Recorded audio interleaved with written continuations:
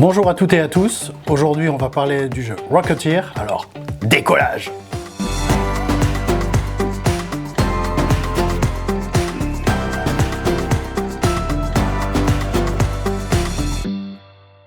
Alors Rocketeer c'est un jeu pour 2 joueurs, le principe est d'avoir le maximum de points de victoire à la fin de la partie. On va être donc deux équipes différentes, donc il y a les gentils et les méchants pour beaucoup simplifié.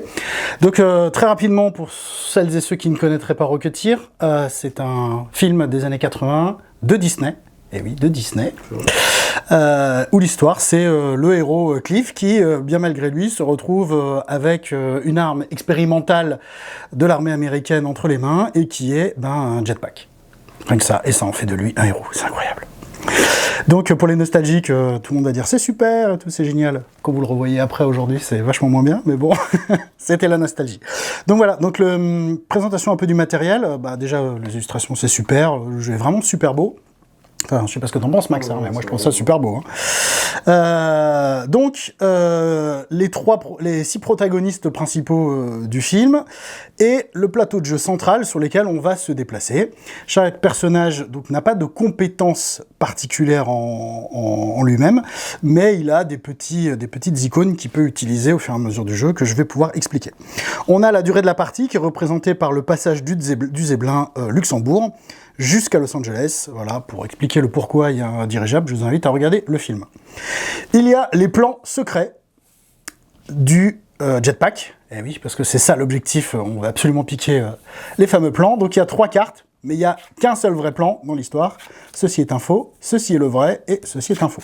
Puisqu'on va essayer de tromper l'adversaire, justement, puisque chaque personnage va avoir un des plans. Et les autres, les méchants, vont essayer de piquer les plans, et on va en fait se piquer les plans l'un et l'autre, etc. Il y a tout un lot de cartes aussi, donc des cartes pour les gentils et des cartes pour les méchants. Il y a un petit rappel des règles, ici recto verso, voilà des étapes à faire pour le tour qui sont ici, et des petites icônes, etc., expliquées rapidement. Et des cartes événements, puisque chaque tour, il y aura un événement qui va se passer sous forme de news. Hey, regardez, Tintin, incroyable, un homme arrive à voler sans c'est quoi, sans ailes, sans avion, oui. Et du coup, il y a des petits effets qui vont s'appliquer durant le tour. Un tour, c'est quoi? C'est tous les personnages ont joué. Voilà, fin du tour. On sait qu'un de nos personnages a joué, donc une fois qu'on a par exemple déplacé le personnage, je vais prendre donc le fameux héros, voilà, je le déplace par exemple de 1, une fois que j'ai joué, je mets la petite icône ici, donc on sait qu'il est joué. Voilà, et au fur et à mesure, tac, tac, tac, donc on se rappelle quels personnages ont été joués, etc. Voilà, parce que ça marche sur un principe de ping-pong, c'est je joue un perso, tu joues un perso, je joue un perso, tu joues un perso, etc. etc. Okay. Et le premier joueur après change au tour d'après. On va voir donc des cartes qui se trouvent ici. Voilà, je sais pas si on voit bien, elle est assez simple celle-là, donc du coup c'est assez clair. Donc on va avoir la possibilité d'utiliser les cartes de 2 façons différentes. Bon, je vais peut-être prendre même celle-là, elle est plus claire encore. De 2 façons différentes, ou pour ses actions, ou pour son effet spécial. D'accord? Donc cette carte-là, elle ne peut être jouée que lors du tour du personnage qui a ces icônes-là. Donc là, ici, ça tombe bien, tous peuvent le faire. Vous voyez, là, ici, par exemple, sur celle-là, il n'y a que ce personnage-là qui peut le faire. Okay. D'accord? Donc, si je choisis pour l'action, là, je vais pouvoir me déplacer de la valeur qui est ici, donc à gauche ou à droite. Donc ça va être, par exemple, je reprends Cliff, hop, je le déplace ou là, dans la zone. D'accord? Et je vais pouvoir bénéficier d'un petit jeton, ici, que je vais pouvoir cumuler.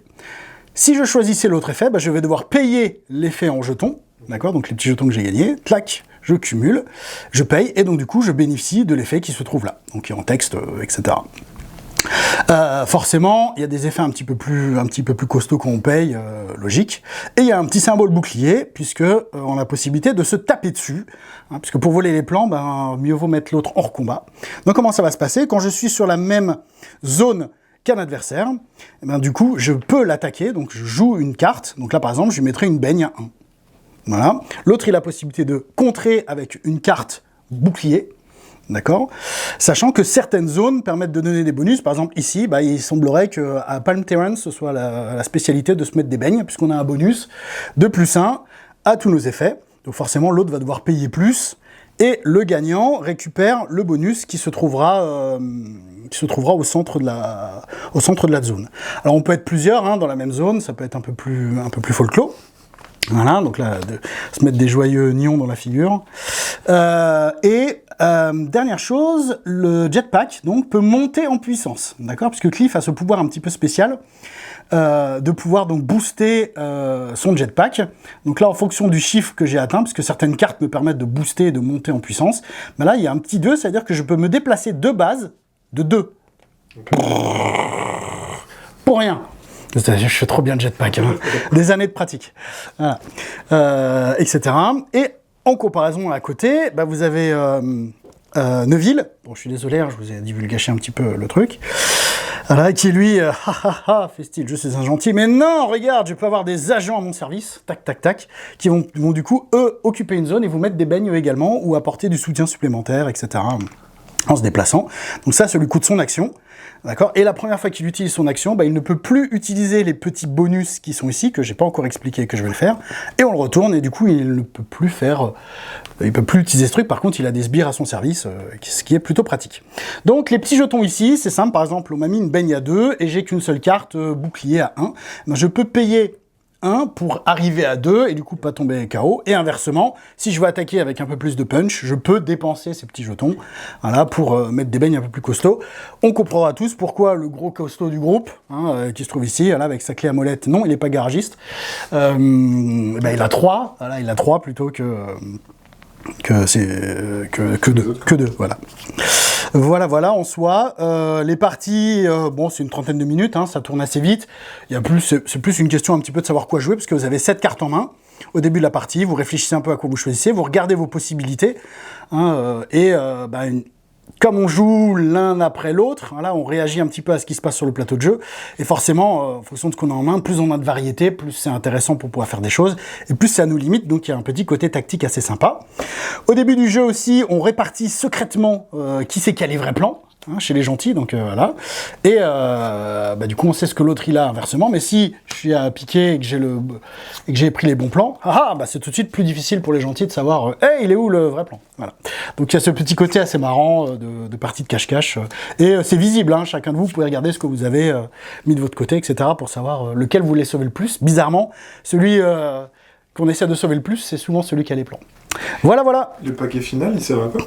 Le paquet final, oui, merci d'avoir vu ça. C'est les conditions de victoire de points supplémentaires. Donc là, par exemple, si tu as vraiment les plans à la fin, tu as des points supplémentaires.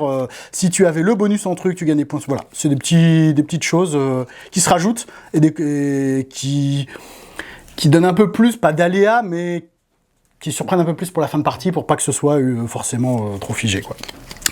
Voilà. Et puis les événements, voilà, à chaque fois que vous avez une icône dirigeable sur les cartes, en fait, vous faites avancer le dirigeable au fur et à mesure. Voilà, donc c'est pas sur toutes les cartes, mais voilà, à chaque fois qu'on voit l'icône, on fait avancer. Quand ça arrive à la fin, dernier tour et fin de partie. Et ensuite, on regarde et on fait le comptage des points. Voilà. Donc le jeu est chouette, c'est pas trop long au niveau des règles. Très vite, hein, je vous montre rapidement. C'est bien illustré, c'est bien expliqué. Bon, le jeu est qu'en anglais, hein, je pense que ça, tout le monde l'avait compris. Voilà, et ça s'arrête là, avec des explicatifs et tout, etc. Voilà.